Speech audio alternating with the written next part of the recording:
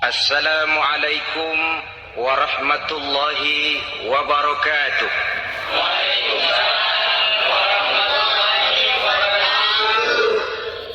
Bismillahirrahmanirrahim. Alhamdulillahi rabbil alamin.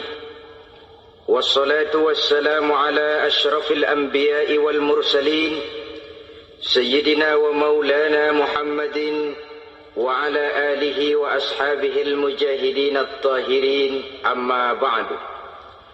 Saudara-saudara kaum muslimin rahimakumullah,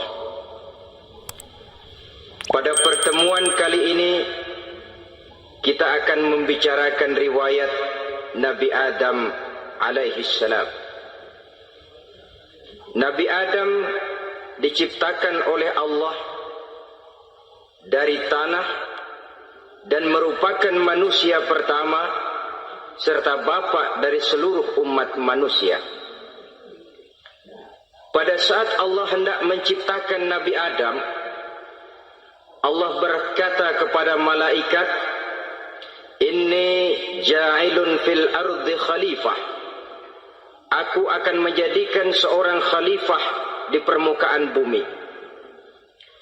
Malaikat dengan nada sedikit protes berkata,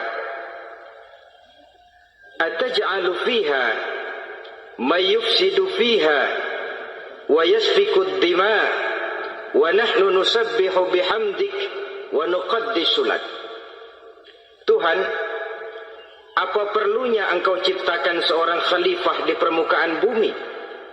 Kelak kalau mereka berkembang biak, kerjanya hanya akan melakukan kerusakan, menumpahkan darah, saling bermusuhan satu sama lain. Sedangkan kami, kata malaikat, sudah cukup bertasbih memuji kebesaranmu. Allah kemudian menjawab, "Inni a'lamu ma la ta'lamun." Aku lebih tahu tentang apa yang kalian semua tidak mengetahuinya. Setelah diciptakan Nabi Adam daripada tanah, ditiupkan roh, maka Allah kemudian mengajarkan kepada Nabi Adam berbagai macam ilmu pengetahuan. Wa 'allama Adam al-asma'a kullaha. Kemudian Allah mengajarkan Nabi Adam nama-nama segala sesuatu. Nama merupakan simbol daripada ilmu pengetahuan. Nabi Adam akan dijadikan khalifah di permukaan bumi, maka dibekali oleh Allah Subhanahu wa taala al-asma'a kullaha, nama-nama segala sesuatu. Yang dimaksud di sini ialah al-ulumul katsirah, ilmu pengetahuan yang banyak. Malaikat pada mulanya protes. Kami kan sudah cukup bertasbih Tuhan. Kami kan sudah cukup memujimu. Untuk apa lagi membuat manusia sebagai khalifah di permukaan bumi? Seolah-olah malaikat tidak setuju. Allah yang maha tahu rahasia segala sesuatu memberikan vonis, aku lebih tahu tentang apa yang kalian semua tidak tahu. Oleh karena Nabi Adam dipersiapkan untuk menjadi seorang khalifah di permukaan bumi, maka dibekali oleh Allah dengan ilmu pengetahuan. Begitu Nabi Adam dan begitu kita. Karena bukan cuma Nabi Adam, kita pun oleh Allah dijadikan sebagai khalifah-khalifah di permukaan bumi ini. Yang nilai kekhalifahan kita bergantung kepada kondisi kita masing-masing. Ada orang yang menjadi khalifah level internasional, menjadi pemimpin dunia Islam. Ada orang menjadi khalifah level nasional saja. Ada khalifah tingkat kota saja. Ada khalifah tingkat kecamatan. Ada khalifah tingkat RW, RT. Sekurang-kurangnya khalifah untuk tingkat rumah tangga masing-masing. Nah, tanpa membekali diri dengan ilmu pengetahuan, jangan berharap kita akan bisa melaksanakan tugas sebagai khalifah di permukaan bumi ini. Apapun saja, Nabi mengajarkan, man aradad dunya fa'alaihi bil ilmi, wa man aradal akhirata fa'alaihi bil ilmi, wa man aradahuma fa'alaihi bil ilmi. Siapa yang menginginkan dunia harus dengan ilmu.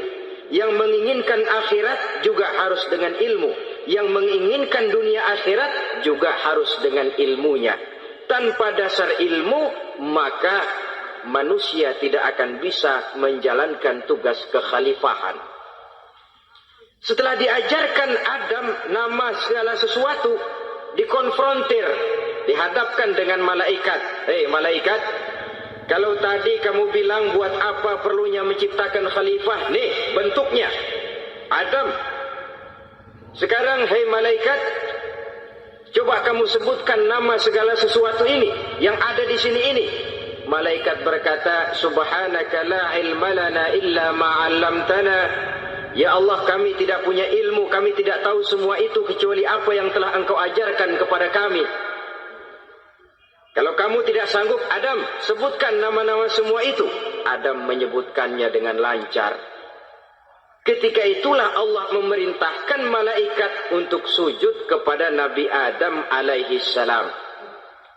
Sujud di sini bukan sujudul ibadah, sebab sujud ibadah kepada yang selain Allah haram. Tapi sujud di sini sujudut tawadhu' i'tirafan bi fadli Adam. Sujud merendahkan diri sebagai pengakuan terhadap keutamaan dan kelebihan Nabi Adam. Maka orang yang banyak ilmunya lebih utama dari orang yang hanya banyak ibadahnya. Bahkan iblis lebih takut kepada orang alim yang sedang tidur daripada orang goblok yang lagi ibadah. Model ini diceritakan dalam Ihya'nya Imamul Ghazali. Iblis masuk ke masjid mau menggoda orang lagi sholat. Sudah masuk di pojok masjid, dia lihat orang lagi tidur. Ngacir iblis keluar, cepat benar, pucat mukanya. Ketemu di jalan sama temannya. Kenapa lari, Mas?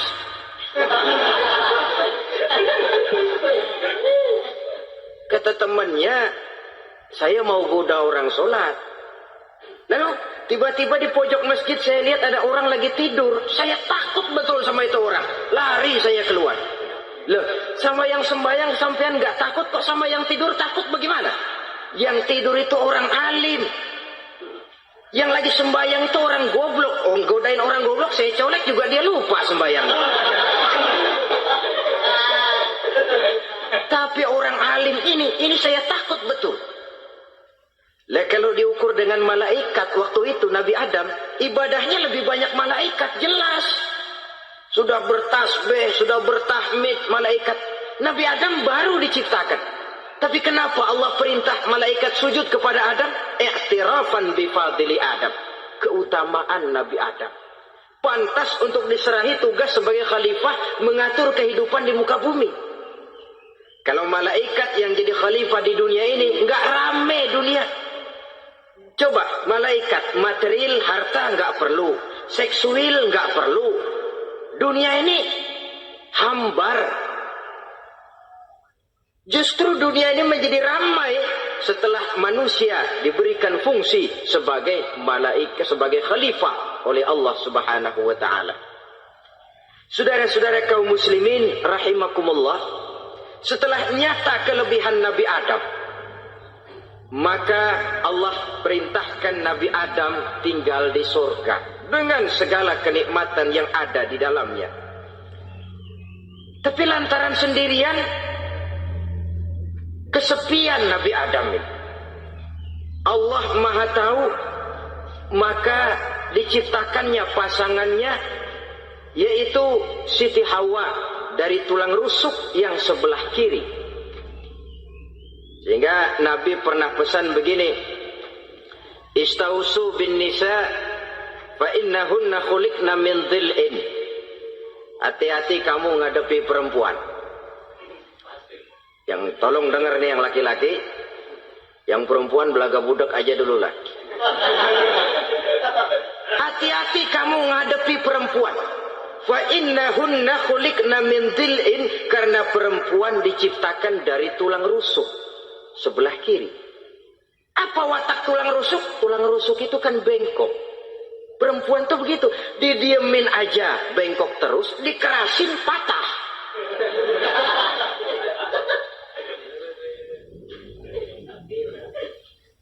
Saudara-saudara, di sini kita ambil satu hikmah bahwa ternyata yang bikin hidup terasa enak karena di sekitar kita banyak orang lain.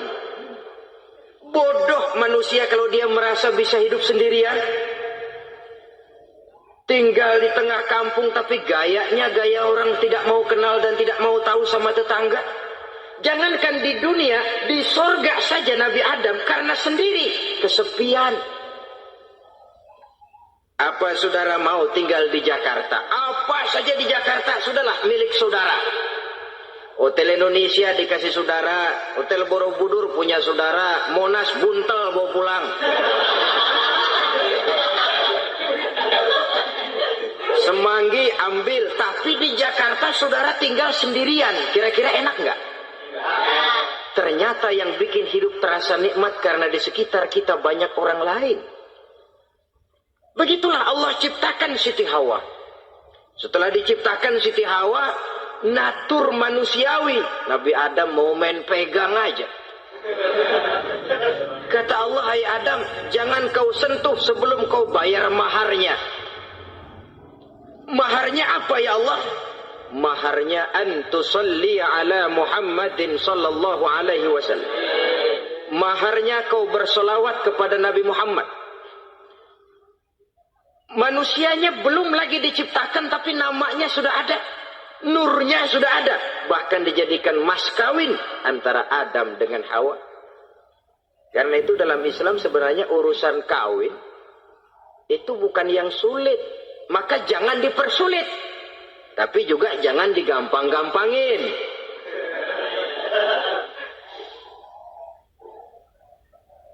Artinya yang namanya mahar ini walaupun cuma sebentuk cincin besi kalau orang sangat tidak mampu. Bahkan dengan mengajarkan Fatihah saja sah sudah.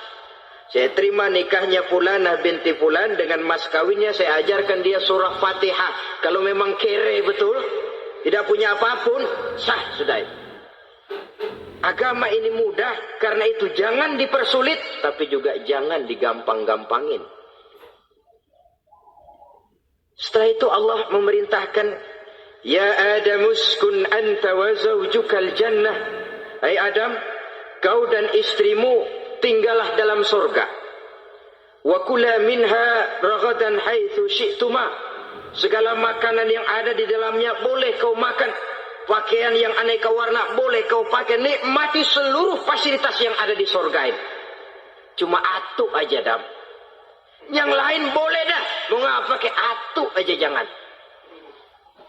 La taqraba hadhihi syajarah.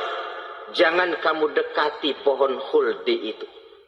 Dekat saja jangan.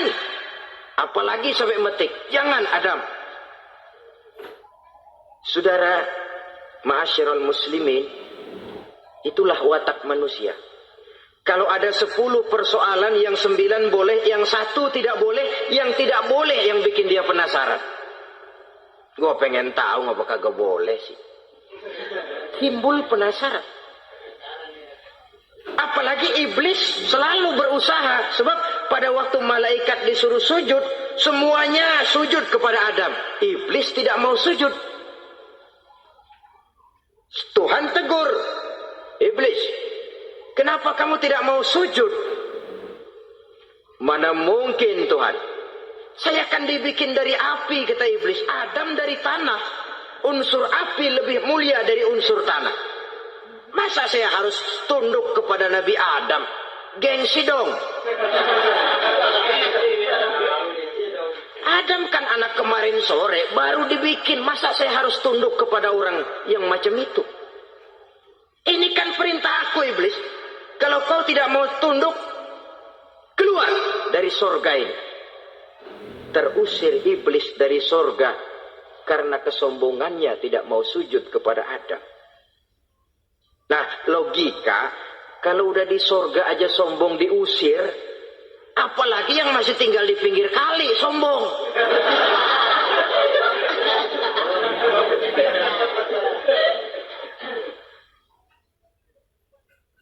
Tapi sejak peristiwa terusirnya itu, iblis bikin proklamasi.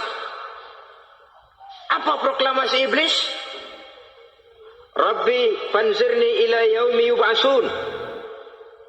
Ya Allah, gara-gara Adam saya diusir dari surga. Saya minta kepadamu ya Allah, beri saya kesempatan sampai hari manusia dibangkitkan. Kata Tuhan, innaka minal munzarin. Oke, silakan. Mau apa iblis? Rabbi bima aghwaytani la uzayyinanna lahum fil ardi wa la ughwiyannahum ajma'in.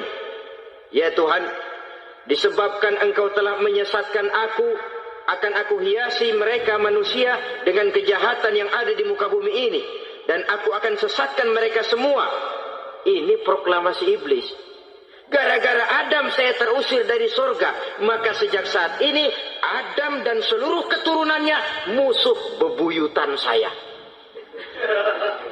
Akan saya lakukan segala macam cara untuk menggelincirkan manusia agar mereka menjadi orang yang engkau murkai ya Allah. Kemudian Allah memberikan jawaban. Dialog ini saudara bisa lihat dalam surah Al-Hijr ayat 40, 41 sampai 44. Kata Allah apa? Inna ibadi laisa laka alaihim sultanun illa man ittaba'aka minal ghawin. Silahkan iblis. Yang lain barangkali bisa kau goda. Kecuali hamba-hambaku yang benar-benar hambaku, engkau tidak akan punya daya tipu mereka. Engkau tidak akan punya kemampuan menggelincirkan mereka. Kecuali kalau memang mereka sudah mau ikut pengaruhmu. Sepanjang mereka benar-benar menjadi hambaku, kata Allah, hamba Allah yang sebenarnya, mereka di luar kekuasaanmu iblis. Tapi kalau mereka sudah turun menjadi hamba harta, hamba dunia, hamba pangkat, budak jabatan, mereka itu yang bisa kau gelincirkan. Selama mereka masih tetap sebagai hambaku, kata Allah, mereka di luar jangkauan kekuatan dan kekuasaanmu iblis. Nah, sejak saat itu kan iblis selalu nyari jalan, nyari lantaran bagaimana Adam nih supaya dia tergelincir. Gara-gara dia saya diusir dari surga. Nguping terus iblis. Sampai akhirnya dia dapat berita tentang dilarangnya Nabi Adam mendekati pohon khuldi itu. Satu hari dengan muka sedih, ya iblis itu the best actor. Aktor ulung dia. Dengan roman muka sedih, dia datang kepada Nabi Adam dan Siti Hawa. Kata Nabi Adam, iblis, ente kok tampangnya demek amat sih?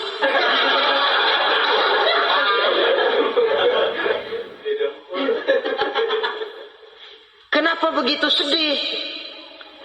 Adam, saya sebenarnya tidak ada yang bikin saya sedih.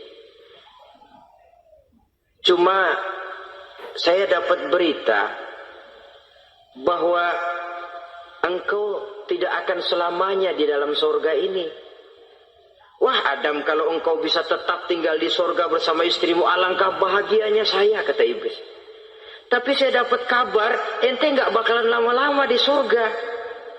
Buktinya ente dilarang makan buah khuldi. Khuldun artinya kekal. Kalau kau makan buah itu, kau akan kekal di surga Adam. Tuhan gak pengen, makanya dilarang. Wa qasamahuma inni lakuma laminan nasihin. Untuk memperkuat omongannya, sumpah si iblis. Bener Dam, saya sih ngomong cuma buat kepentingan ente. Saya sayang sama ente. Yang tahu cuma saya dah.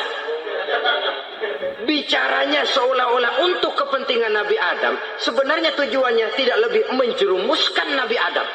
Begitu iblis zaman dulu, zaman Adam, dan begitu iblis zaman sekarang. Seolah-olah bicaranya untuk kepentingan umat Islam, tapi sebenarnya tujuannya ngelecehin, memperdayakan umat Islam. Dia bilang kepada Adam, saya sih cuma ngasih saran Adam, kalau ente pengen selamanya di surga, petik aja tuh buah. Pokoknya beres dah. Itu si Tuhan ngelarang, dia bohongin doang lo. Supaya kau dan istrimu tidak lama-lama di surga, maka dilarangnya kau memakan buah khuldi itu. Udah, embat saja.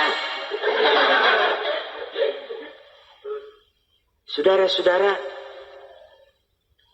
tipu daya iblis ini bisa kita baca dalam surah Al-A'raf ayat 20 sampai ayat 22. Nabi Adam tergoda, ditambah oleh bujuk rayu Siti Hawa. Nabi Adam yang setengah hati itu akhirnya terpancing betul. Sebab itu perempuan, walaupun peranannya tidak begitu kelihatan, tapi memang sangat menentukan. Tidak ada seorang suami bisa sukses jadi apapun dia tanpa peran serta istrinya. Karena itu sebagai muslim, kita punya teman hidup dan kita punya lawan hidup. Siapa teman hidup kita? Dalam arti sempit, teman hidup kita istri. Kalau dia istri tentu suami yang taat kepada Allah dan Rasulnya. Dalam arti luas, teman hidup kita ialah setiap muslim, setiap orang yang pandangan hidupnya sama dengan kita. Itu teman hidup.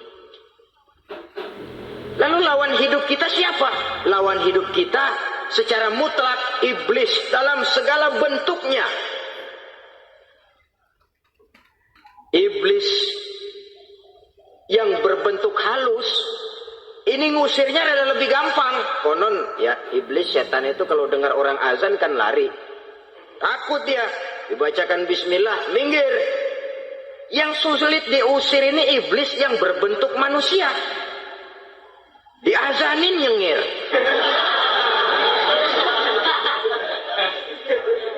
Gawat ini. Saudara-saudara, ini musuh dalam artian mutlak. Sedangkan musuh dalam artian ideologis, setiap orang yang pandangan hidupnya tidak sama dengan kita. Bahasa langsungnya, setiap orang di luar Islam secara ideologis, ya. Adapun secara manusiawi, kita tetap toleransi, saling menghormati, setuju dalam perbedaan pendapat, kembali kepada prinsip lakum dinukum. Kewajiban saling menghormati sesama manusia, tapi secara ideologis tidak ada kompromi. Begitulah Nabi Adam tergoda. Dan begitulah iblis selalu menggoda keturunan-keturunan Nabi Adam sampai kepada kita sekarang ini. Tiap kali kita hendak melakukan berbagai kebaikan, iblis ini mulai bisik, kasak, kusuk, kesek.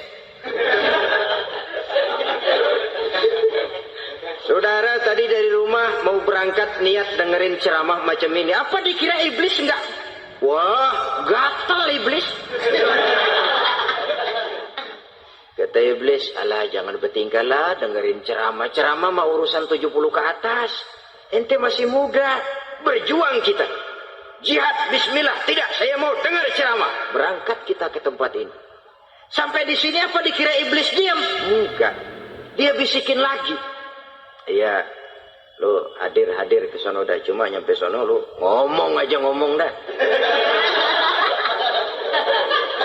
Ustadz mah jangan didengerin, ngomong aja udah.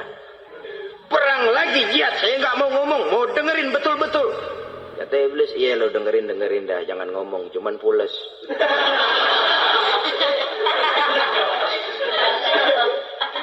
Segala macam cara dilakukan oleh iblis untuk menggelincirkan manusia. Ketika Nabi Adam mengambil buah khuldi itu, datanglah murka Allah.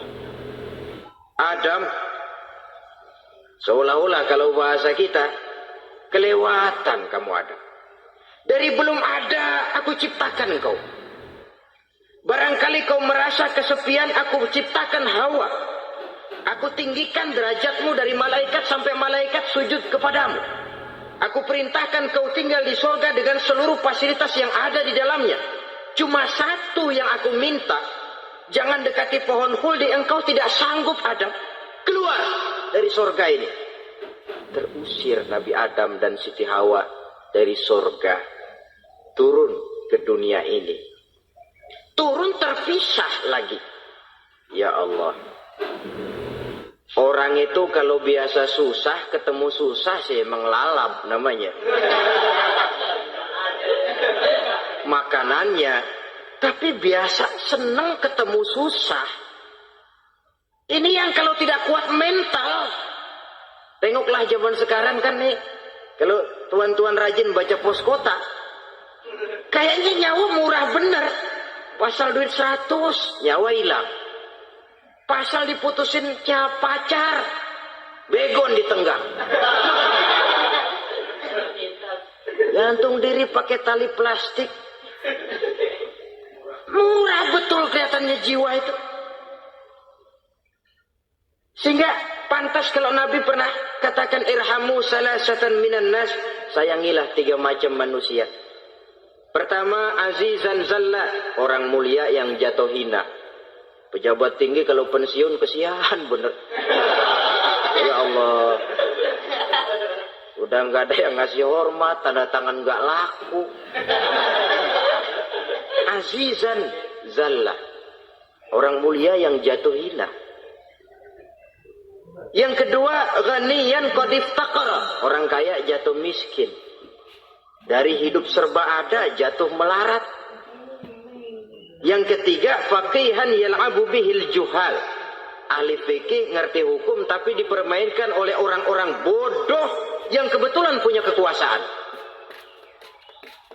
Lalu keluar fatwa sesuai dengan pesan sponsor. Yang halal bisa jadi haram, yang haram dibikin remeng-remeng. Ahli fikih dipermainkan oleh orang bodoh. Kasihan betul. Terpisah Adam dengan Hawa ini. Adapun Nabi Adam turun menyesal dengan seluruh kesalahannya, sujud, taubat, menangis. Menurut riwayat 300 tahun beliau sujud seraya membaca Rabbana zalamna anfusana wa illam taghfir lana wa tarhamna lanakunanna minal khasirin. Ini doanya Nabi Adam, ya Allah, kami telah zalim kepada diri kami sendiri. Andai kata Engkau tidak kasihan, tidak memberikan ampun kepada dosa yang kami lakukan, sungguh kami termasuk ke dalam golongan orang-orang yang rugi. Ini yang dibaca Nabi Adam dalam taubatnya. Di akhir taubatnya, Nabi Adam munajat kepada Allah, ya Allah, dengan kebesaran Muhammad ampunilah dosa saya. Allah tegur, kaifa araftahu ya Adam walam akhluqhu. Dari mana kau bisa tahu nama Muhammad Adam padahal aku ciptakan saja belum manusianya. Kata Nabi Adam, pertama, ketika engkau ciptakan saya, engkau tiupkan ruh ke dalam jasad saya, terbuka mata saya memandang ke bawah arasmu. Di sana nampak dengan jelas tertulis di kaki arasmu, la ilaha illallah Muhammadur Rasulullah. Taulah saya bahwa Muhammad ini orang yang paling dekat dengan engkau ya Allah, sampai namanya bergandengan dengan namamu di kaki arasmu. Yang kedua, ketika saya hendak menyentuh Hawa, kau juga yang mengatakan jangan kau bayar maharnya sebelum kau bersolawat kepada beliau. Saudara hadirin yang saya hormati, Nabi Adam diterima taubatnya oleh Allah, kemudian dipertemukan kembali dengan Siti Hawa setelah sekian lama berpisah. Pertemuan itu terjadi di satu dataran luas, di satu padang yang luas, yang sampai sekarang dinamakan dengan Padang Arafat. Tempat para ibadah haji melakukan wukuf, yaitu puncak pelaksanaan ibadah haji.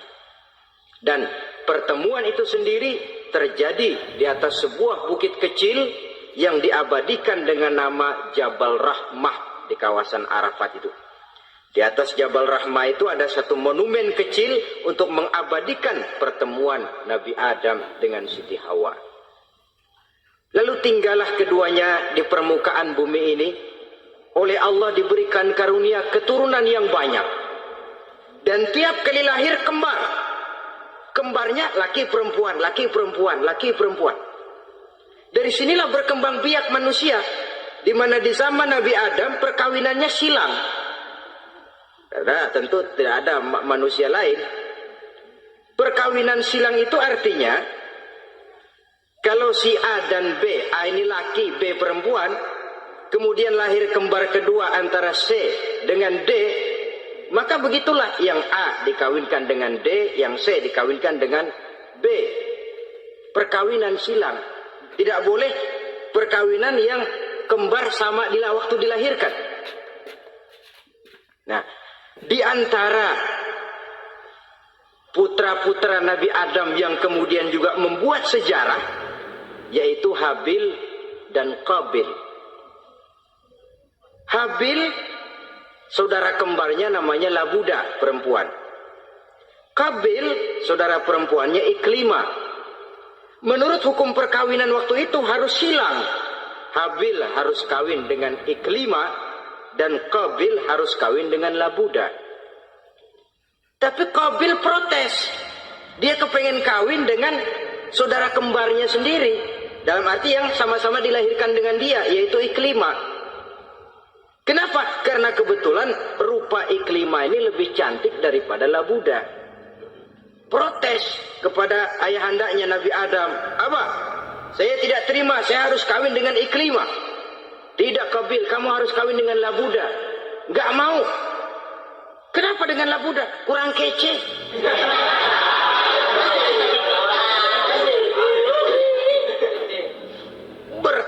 Bertengkar, Nabi Adam tidak berhasil menyelesaikan, lalu diserahkan saja kepada Allah. Kata Allah begini saja, bikin korban, kamu berdua, Habil, Qabil. Siapa yang korbannya aku terima, dia boleh kawin sama Iklimah. Ternyata korban yang diterima adalah korbannya Habil. Jadilah Habil kawin dengan Iklimah. Tapi Qabil tidak puas. Dendam kesumatnya timbul, iblis ngilikin. Kresek-kresek. Akhirnya dibunuh saudaranya Habil ini. Inilah sejarah pembunuhan pertama dalam kehidupan manusia. Qabil membunuh Habil. Habis dibunuh bingung. Bagaimana naruhnya ini mayat? Allah lalu memberikan petunjuk. Dalam Al-Maidah ayat 31 itu dijelaskan. Ada burung gagak berantem sama burung. Yang satu mati. Nah, oleh yang masih hidup, tanah ini dicakar-cakar sama kakinya dan sama paruhnya. Sehingga berbentuk lubang, bangkai saudaranya itu dimasukin ke lubang itu, lalu diuruk lagi pakai tanah. Oleh cakar kakinya dan paruhnya itu. Sehingga Qabil, cara ini bisa. Itulah sejarah penguburan pertama dalam perkembangan manusia. Oleh karena itu, Nabi memberikan penjelasan, man sanna sunnatan hasanatan falahu ajruha wa ajru man amila biha wa fi riwayatin wa ajru man tabi'aha. Siapa orang yang melakukan satu kebajikan, dia akan mendapat pahala dan pahala dari orang-orang yang mengikuti kebaikannya. Misalnya saudara membentuk pengajian, ramai pengajian saudara, 1000 orang yang datang ngaji, 1000 orang saudara dapat pahala. Sponsor kebaikan. Sebaliknya, wa man sanna sunnatan sayyi'atan falahu ismuha wa ismu man amila biha, ay wa ismu man tabi'aha. Siapa yang memulai suatu kejahatan, dia akan mendapat dosa dan dosa dari orang-orang yang melakukan atau mengikuti kejahatannya. Umpamanya saudara mengadakan pesta, lalu dalam pesta itu terjadi segala macam maksiat, maka seluruh maksiat yang terjadi malam itu di tempat itu, saudara ikut dapat dosanya. Kenapa? Sponsor. Tiap kali ada pembunuhan, Qabil dapat andil dosa. Kenapa? Sponsor. Tapi kalau 2 orang muslim, ini masalahnya Habil nggak ngelawan kan, dibunuh. Tapi kalau 2 orang muslim berkelahi, kata Nabi apa? Apabila 2 orang muslim saling berbunuh-bunuhan, maka al-qatil wal maqtul finnar. Baik yang membunuh ataupun yang dibunuh, dua-duanya neraka. Sahabat heran, ya Rasul, kalau yang ngebunuh masuk neraka pantas, tapi ini yang yang dibunuh, kenapa neraka juga? Soalnya sama-sama niat, cuman keduluan aja. Itu kan masalahnya. Andai kata dia nggak terbunuh, dia yang akan membunuh. Niat itu sudah ada. Nah kalau Habil ini dia tidak punya niat membunuh, dia memang dibunuh oleh Qabil. Saudara-saudara kaum muslimin rahimakumullah. Lalu dari situlah berkembang biak keturunan Nabi Adam alaihi salam. Sehingga dengan demikian bisa kita katakan sebagai satu konklusi, pertama, bahwa manusia adalah makhluk Allah yang menempati kedudukan tertinggi dan berasal dari Nabi Adam sebagai manusia pertama. Dengan malaikat sekalipun, manusia sebenarnya lebih tinggi. Kapan? Kalau dia tetap benar-benar sebagai hamba Allah yang membekali diri dengan ilmu pengetahuan. Laqad khalaqnal insana fi ahsani taqwim. Kami ciptakan manusia dalam bentuk yang paling baik. Dan ketinggian manusia itu tidak ditentukan oleh bahan-bahan dari mana manusia diciptakan, tapi ditentukan oleh adanya roh yang ditiupkan ke dalam jasadnya dan kemampuan yang ditimbulkan oleh nilai-nilai rohaniah tadi. Kalau secara biologis kita ini semua bahannya sama. Dari saripati mak tanah yang menghasilkan buah yang dimakan oleh mak bapak kita, membentuk hormon, menghasilkan sperma, terjadi kerjasama yang baik antara ibu dan bapak, sehingga kemudian melahirkan kita ke alam dunia ini. Secara biologis bahan kita sama, dan tidak itu yang menentukan ketinggian manusia.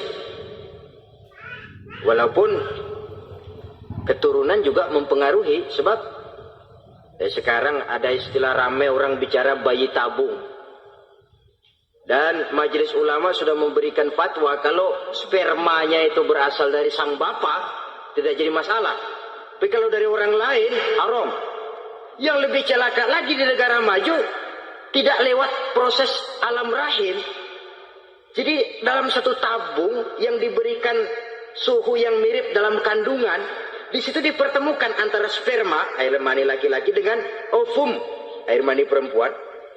Diberikan suhu yang mirip dalam kandungan, dan itu diharapkan bisa menghasilkan manusia lewat tabung kaca itu. Saya tidak sanggup bayangkan kalau sekarang orang tanya asal-usul kita, kan kita masih enak jawab. Kamu anak siapa? Oh, bapak saya Fulan, ibu saya Fulana. Oh, kenal saya. Tapi manusia yang akan datang kalau proyek ini berhasil, bapakmu siapa? Enggak tahu, saya dulu keluar dari tabung, Pak. Rendah betul martabat manusia. Sama saja dengan ada perempuan pernah protes, Pak, Islam itu enggak adil katanya. Kenapa? Masa dalam Islam laki-laki boleh kawin lebih dari satu, tapi perempuan enggak boleh kawin lebih dari satu? Supaya sama-sama adil, boleh dong perempuan punya laki lebih dari satu. Saya bilang, justru disitulah Islam itu hendak menjaga martabat manusia. Kalau seorang suami punya istri empat-empatnya lalu hamil, bapaknya jelas. Tapi kalau perempuan satu punya suami 4 lalu hamil, bapaknya yang mana ya?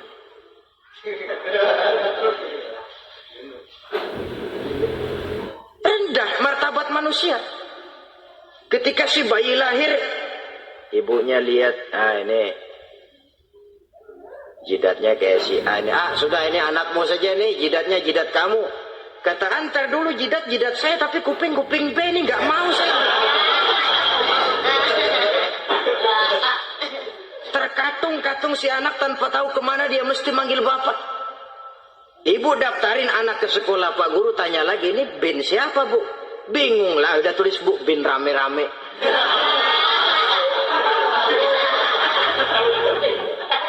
Kan rusak martabat manusia kalau sudah begitu. Justru Islam ini menjaga ketinggian martabat manusia. Jadi manusia itu fi ahsani taqwim. Kapan? Kalau dia bisa menjaga kehambaannya di hadapan Allah dengan melaksanakan fungsi sebagai khalifah di permukaan bumi. Tapi bila dia sudah tidak lagi menjadi hamba Allah, tidak lagi berfungsi sebagai khalifah, dia sudah masuk summa radadnahu asfala safilin. Kami kembalikan ke tempat yang paling rendah, lebih rendah dari binatang sekalipun. Kalau dia tetap menjaga posisinya lebih tinggi dari malaikat, malaikat saja sujud kepada Nabi Adam, apalagi kepada makhluk-makhluk yang lain manusia ini. Tapi kalau dia tidak pandai, lebih rendah daripada binatang. Inilah uniknya makhluk bernama manusia. Dengan posisinya, dia bisa menjadi lebih tinggi dari malaikat, tapi juga dia bisa meluncur lebih rendah daripada binatang. Untuk menjaga itulah diperlukan agama dalam kehidupan kita sekarang ini. Bukan cuma sebagai lipstick, tapi sebagai pedoman, sebagai way of life yang akan mewarnai cara kita berpikir, state of mind, rule of thinking, cara kita memandang kehidupan ini diwarnai oleh nilai-nilai agama. Dengan demikian, maka manusia bukan keturunan kera. So ada satu teori, namanya teori evolusi, yang disampaikan buat pertama kali oleh Charles Darwin. Dia mengemukakan teori bahwa perkembangan kehidupan sesungguhnya di dunia ini menunjukkan mata rantai yang utama melalui apa yang dia namakan seleksi alamiah. Mula-mula dari ikan melalui seleksi ke amfibi, dari amfibi ke reptil, dari reptil ke mamalia, dari mamalia ke mamalia kecil, dari mamalia kecil ke primat, dari primat ke monyet, dari monyet menjadi Homo erectus. Ini teori Darwin. Tapi dia tidak jelas-jelas mengatakan bahwa manusia keturunan monyet, hanya seketurunan. Seketurunan kan tidak berarti keturunan. Begini saja, Toyota Kijang sama Toyota Corolla itu seketurunan. Tapi Corolla dengan Kijang kan lain, cuma seketurunan. Dalam arti sumbernya sama. Makhluk yang tidak tahan seleksi alam oleh udara yang sangat dingin, perkembangan cuaca yang sangat panas, gempa bumi dan sebagainya, seleksi alam dia namakan, hilang, musnah dari peredaran. Seperti ada binatang raksasa itu dinosaurus, sekarang kan cuma tinggal dongeng saja, tinggal nama atau kerangka. Itu oleh seleksi alam dia nggak lulus, hilang. Yang bertahan, yang lulus seleksi alam. Manusia walaupun kecil yang lulus seleksi alam ini. Biar dihantam gempa bumi, angin topan, tetap aja ngejedok. Nah, teori Darwin ini, teori evolusi ini didukung dan dibuktikan oleh peninggalan fosil atau binatang dan tumbuhan yang hidup dan mati selama perkembangannya. Dari bentuk organik pertama hingga pendahulu terdekat daripada manusia. Tapi ada satu kelemahan dari pokok daripada teori evolusi ini.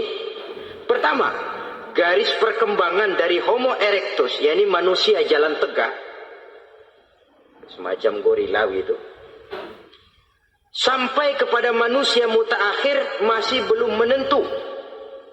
Artinya, okelah, kalau manusia seketurunan dengan kera, batas antara manusia yang wujud sekarang dengan manusia purba itu apa? Yang menjadi penghubung. Monyet tidak mungkin. Ini dianggap mata rantai yang hilang, missing link namanya dalam istilah ilmiahnya. Dan ini masih dicari sampai sekarang. Kalau pendahulu terdekat manusia mutaakhir ini manusia purba, katakan Homo erectus, manusia jalan tegak. Lalu generasi sudah itu sebelum berbentuk manusia apa?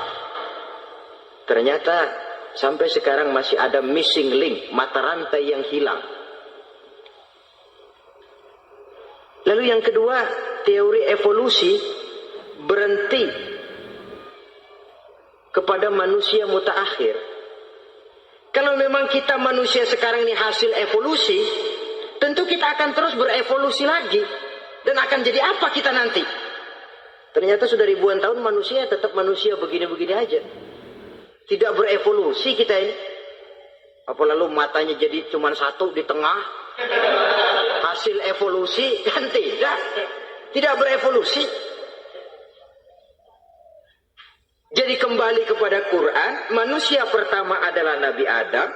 Dan manusia-manusia berikutnya keturunan daripada Nabi Adam. Dan bukan hasil evolusi daripada monyet. Juga tidak akan berevolusi kemana-mana. Kalau demikian benarkah teori evolusi? Untuk mengatakan mutlak benar, bukan wewenang kita. Untuk mengatakan salah total, juga kebenaran ilmu adalah relatif sebagai relatifnya daya pikir manusia. Di samping dia harus membuktikan kebenarannya, maka kebenaran ilmiah adalah kebenaran yang relatif dan temporer. Contoh kecil saja. Dulu orang berteori bahwa bagian yang terkecil dari suatu benda namanya molekul, kan begitu? Molekul ini nggak bisa dibagi-bagi. Bagian yang paling kecil dari suatu benda namanya molekul. Ilmu terus berkembang. Ternyata molekul sebenarnya terdiri daripada atom. Atom itulah bagian terkecil dari suatu benda yang nggak bisa dibagi-bagi lagi. Nah, berubah sudah teori pertama. Tidak jadi molekul sekarang, atom. Belakangan rupanya atom masih tersusun dari partikel-partikel.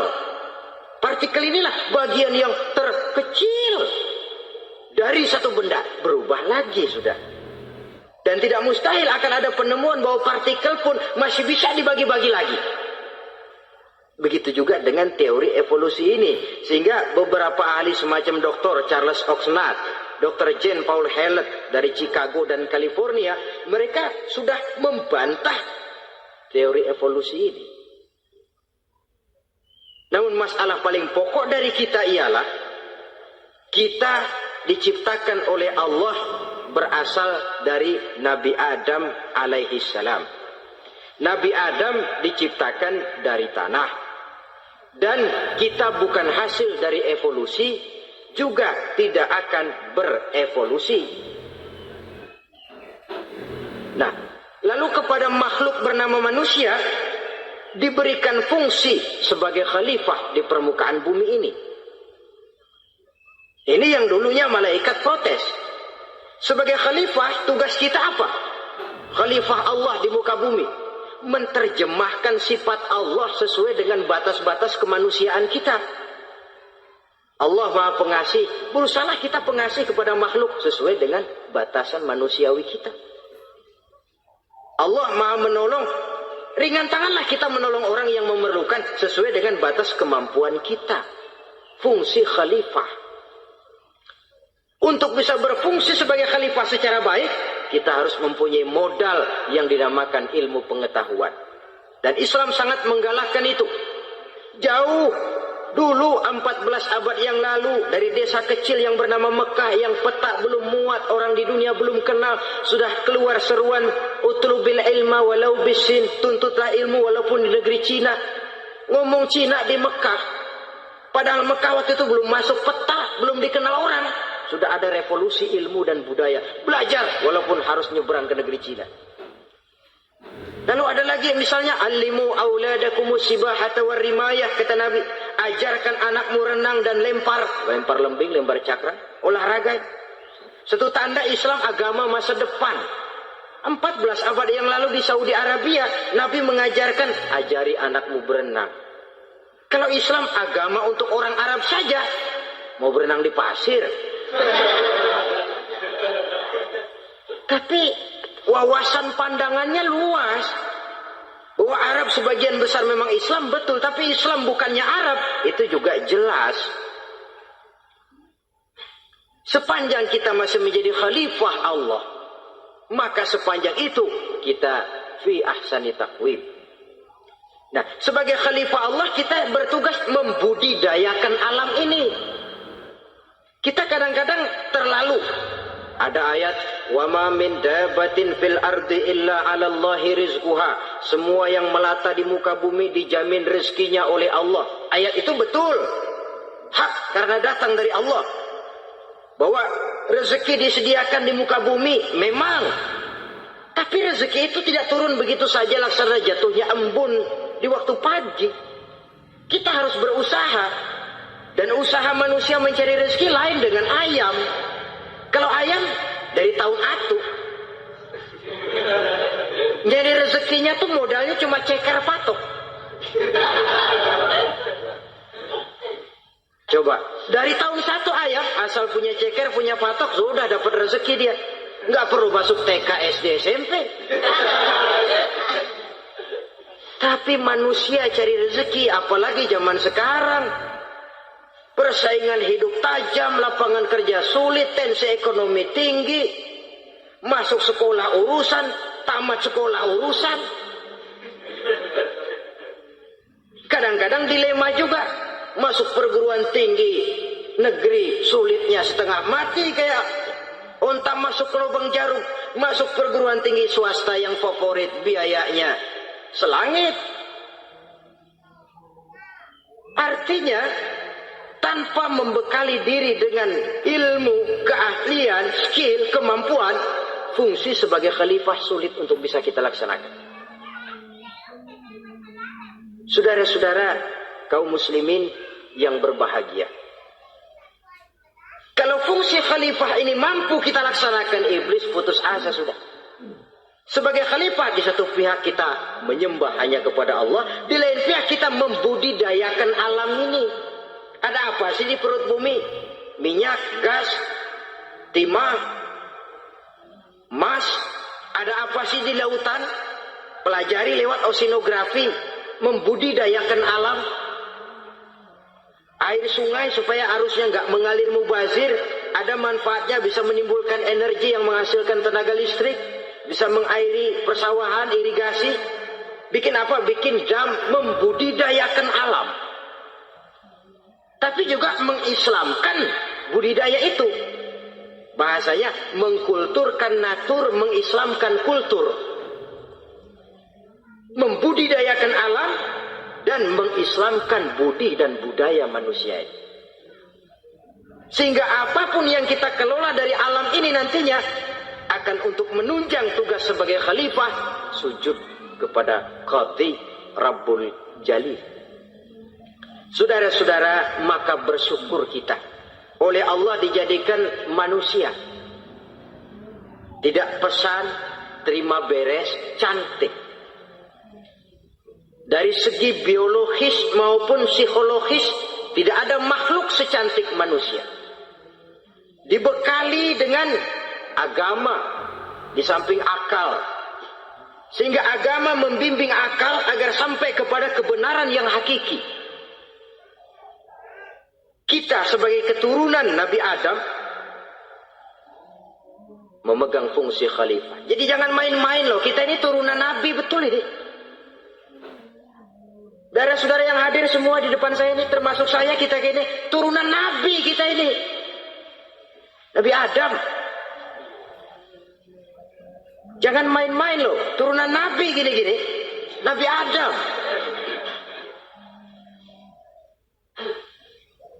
Sayang kalau posisi yang tinggi kita tidak melaksanakan fungsi yang tinggi, sayang betul. Sebab itu manusia harus adil kepada dirinya, dalam arti menjaga diri dari sesuatu yang bisa menghancurkan ketinggiannya dalam pandangan Allah. Jadi kalau kita sudah lemparkan diri ke meja judi, hanyutkan diri ke tempat mabuk, hancurkan diri di tempat maksiat, itu sudah tidak adil kepada diri sendiri. Tidak bisa menjaga ketinggian yang diberikan Allah kepada kita. Dikasih baju bersih, dicemplungin di comberan, diinjek-injek lagi. Kita ini diciptakan fi ahsani taqwim. Masa mau turun berbuat seperti binatang, itu makhluk rendah? Masa mau mengikuti tipu dayanya iblis, dia sudah proklamasikan bahwa itu musuh bebuyutan kita? Innahu lakum aduwwum mubin. Setan musuhmu yang jelas dalam segala bentuknya. Saudara-saudara, nah, untuk berfungsi sebagai khalifah ini sekali lagi bekali diri dengan ilmu pengetahuan. Dan ilmu itu di zaman kita sekarang tentu kalau Nabi Adam diajari langsung oleh Allah, wa 'allama Adam al-asma'a kullaha. Lah kalau kita mau nunggu Tuhan ngajarin, geblek terus. Ya tidak mustahil Allah memberikan ilmu yang disebut ilmu laduni ya. Transfer. Langsung Allah memberikan kepada seorang hamba, membukakan pintu hatinya.